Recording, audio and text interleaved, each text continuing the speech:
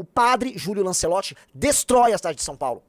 Ele é um sujeito desumano que vive dessa glamorização da pobreza, da desconstrução dos centros urbanos, em nome de um ego e da militância política.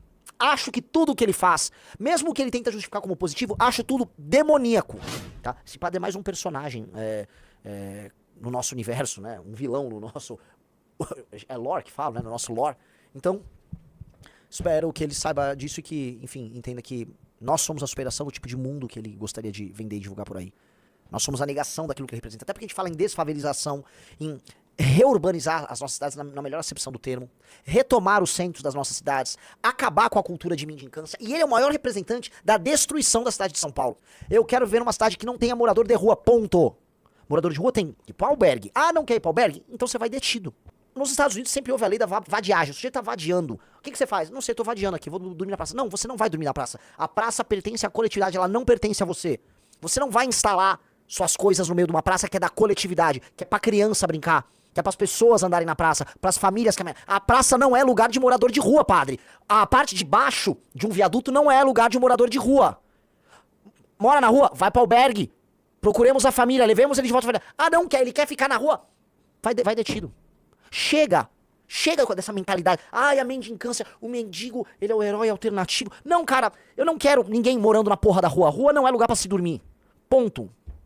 Aí esse cara fica construindo isso. E aí é isso, São Paulo destruída com Cracolândia. Centro de São Paulo sujo, cagado. Literalmente cagado. Fezes humanas. O centro de São Paulo devidamente defecado, entendeu? Excremento humano, urina humana, restos de marmita jogada. De onde vem esse dinheiro? Por que tem tantas ONGs que estão apoiadas no orçamento municipal de São Paulo, atuando? Onde eles fazem a captação? Por que todas essas ONGs são ligadas a grupos políticos? Por que esses grupos políticos são sempre ligados a grupos políticos que o próprio padre faz militância? Tem algum mercado? Existe um business da mendicância no Brasil? Mormente em São Paulo?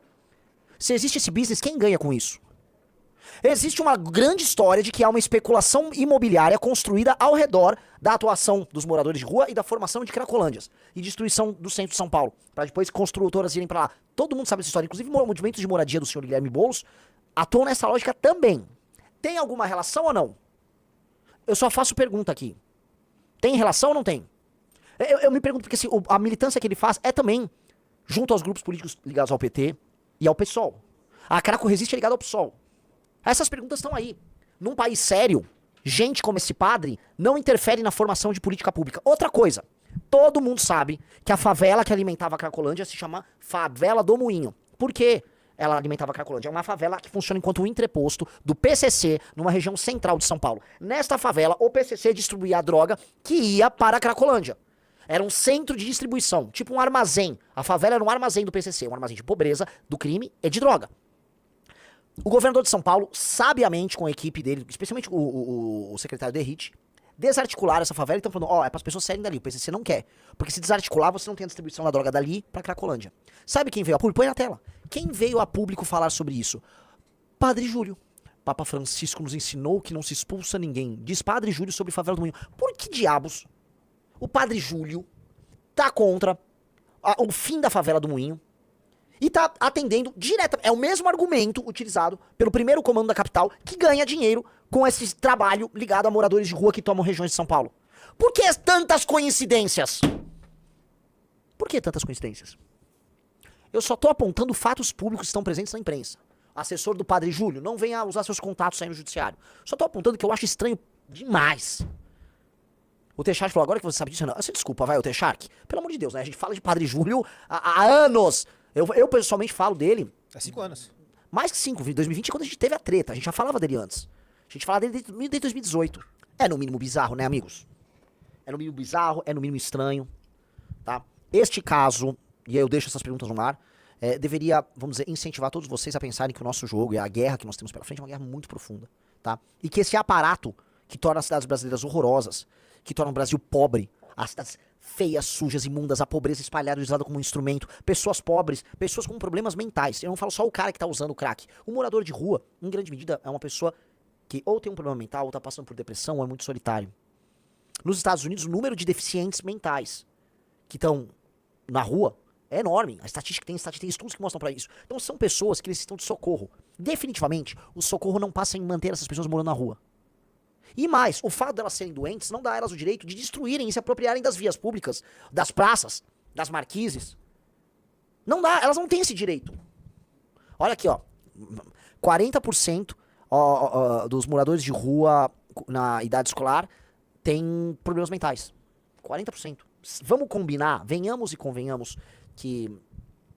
Aqui, ó. Mais da metade dos moradores de rua veteranos têm problemas mentais ou físicos.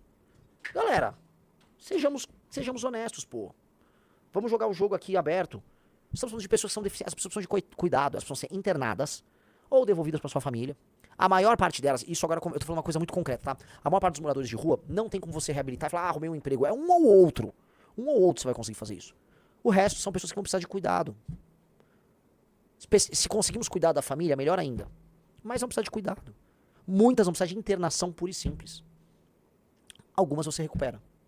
O Gabriel Taperino disse, Renan, vi umas críticas dizendo que esses albergues não possuem segurança para os moradores de rua. Muitos são roubados ou assediados nesses lugares e por isso preferem dormir na rua. É preciso olhar esse aspecto também, não. Gabriel, desculpa, eu já visitei alguns albergues.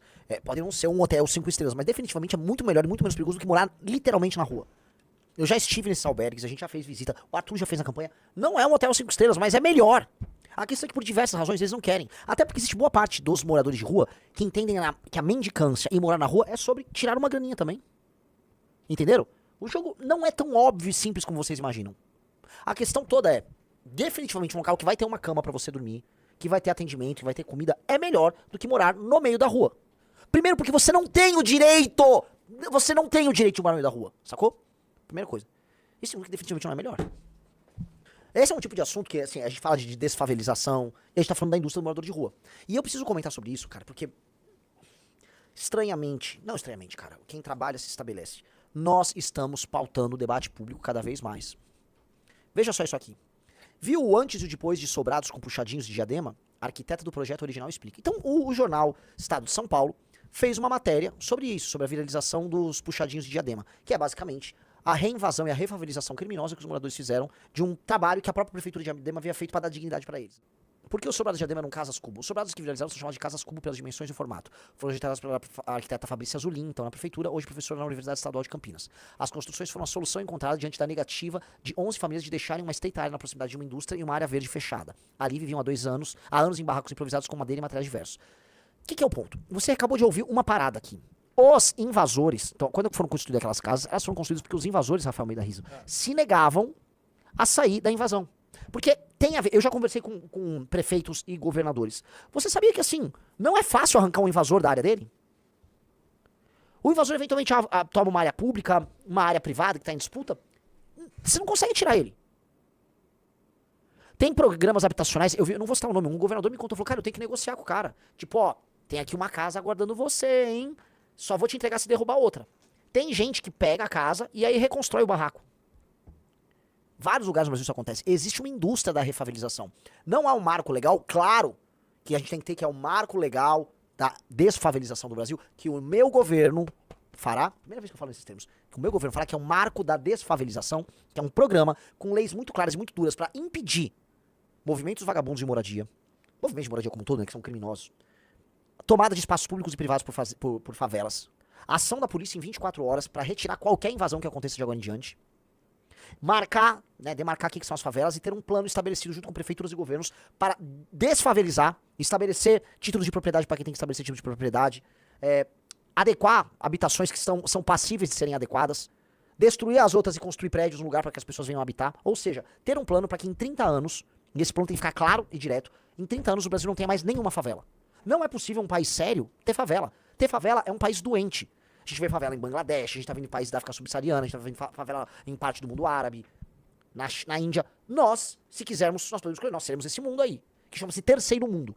Ou nós podemos escolher o caminho do desenvolvimento, que outros países que foram de terceiro mundo estão adotando. Nós não podemos ser o país que fala, não, a favela faz parte. Não! A favela venceu, 100% favela. Esqueçam isso, favela é horrível. Favela é um arranjo insalubre.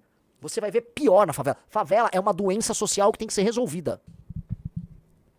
O Diego até te falou, o formato hoje é o favelado ganhar casa, vender e voltar a invadir. O sujeito que fez isso, você me desculpa. Primeiro, sim, a invasão de uma propriedade privada ou pública tem que ser punida com muita prisão. A prisão feia. Você vai ver que assim, já só de ser vigiar e punir, já vai, né? Lembre-se, aí eu ia falar, não, mas aquela pessoa que invadiu não tinha moradia. Entendi, a pessoa invadiu, ela produziu um local habitacional absolutamente insalubre pra ela, ou seja, o início da invasão, a pessoa tá morando num barraco completamente insalubre, não é possível que aquilo não é no mínimo igual ou pior do lugar que ela já está. Ela veio de outro lugar, ela não brotou do chão.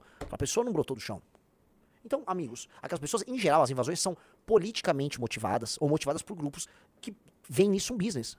Isso tem que ser brecado. As cidades brasileiras se tornaram absolutamente feias, doentes. E a favelização tem a ver com isso. E esse é um processo que eu já demonstrei várias vezes. O êxodo rural que a gente teve no meio do século passado, né, especialmente dos anos 60 em diante, esse êxodo rural teve consequências, especialmente porque as cidades e a própria economia brasileira e a capacidade de investimento que o Estado brasileiro teve, que foi construído mediante, à época, muito investimento via dívida externa, parou, essa capacidade caiu. Teve a crise do petróleo, o Brasil começou a ficar capenga, nos 80 o Brasil vai ficando capenga, não consegue fazer a formação bruta de capital físico. E aí vem a Constituição de 88, ela diminui mais ainda a capacidade de investimento. A capacidade de investimento brasileira ela vai se diluindo e vai diminuindo pra caramba. Porque se aumenta os gastos com o custeio. Isto aí, cara, tem que ser resolvido. Um país favelizado e um país que vamos dizer, que cultua a cultura oriunda desses espaços doentes, é um país que ele próprio tá doente.